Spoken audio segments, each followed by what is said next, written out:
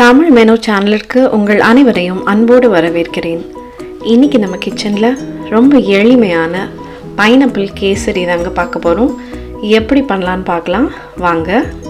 இதற்கு தேவையான பொருட்கள்: 1 கப் ரவை, 3/4 கப் ப்ரௌன் சுகர் எடுத்துருக்கிறேன், 1 பிஞ்ச் குங்குமப்பூவை தண்ணி ஊற்றி வச்சுருக்கிறேன், முந்திரி, திராட்சை, அன்னாச்சி பழம், 3/4 கப் நெய்.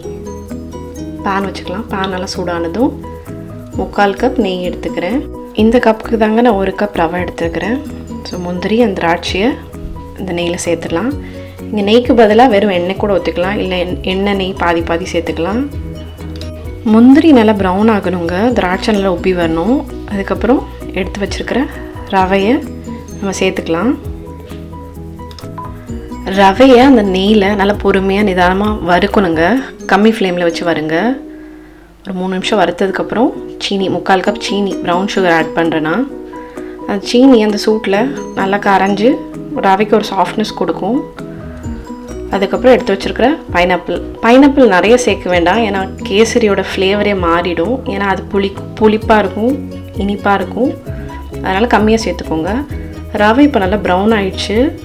ஸோ நல்லா கொதிக்கிற தண்ணி தாங்க ஆட் பண்ணணும். 1 கப் ரவைக்கு 3 கப் கொதிக்கிற தண்ணி ஆட் பண்ணியிருக்கிறேன் நான். அப்புறம் குங்குமப்பூ, கரைச்சி வச்சுருந்த குங்குமப்பூவையும் அதோடு சேர்த்து நல்லா ஒரு கிண்டி விட்டுக்கோங்க. 1/4 டீஸ்பூனுக்கும் கொஞ்சம் கம்மியாக உப்பு சேர்த்துக்கோங்க. மிதமான ஃப்ளேமில் இருக்கட்டும் அடுப்பு. நல்லா கிளறி விட்டுட்டு மூடி போட்டு மூடி வச்சுருங்க. ஒரு 5 நிமிஷம், அவ்வளோதான். ரவை நல்லா வெந்துடும். திறந்து பார்த்திங்கன்னா பிரமாதமான ஒரு பைனாப்பிள் கேசரி ரெடி ஆயிடுச்சு. சாஃப்டாக கமகமன் வாசம் வருதுங்க. வாங்க நம்ம இப்போ இதை டேஸ்ட் பண்ணி பார்க்கலாங்க. இந்த ரெசிபியை உங்கள் ஃப்ரெண்ட்ஸ் அண்ட் ஃபேமிலியோட கண்டிப்பாக ஷேர் பண்ணுங்கள். எங்கள் சேனலை சப்ஸ்கிரைப் பண்ண மறந்துடாதீங்க. கொஞ்சம் கூட ஒட்டவே இல்லைங்க கரண்டியில். ரொம்ப சாஃப்டாக இருக்குதுங்க. வாயில் வச்சோன்னே கரைஞ்சிடுச்சு. மிதமான இனிப்பில் ரொம்ப பிரமாதமாக இருக்குங்க.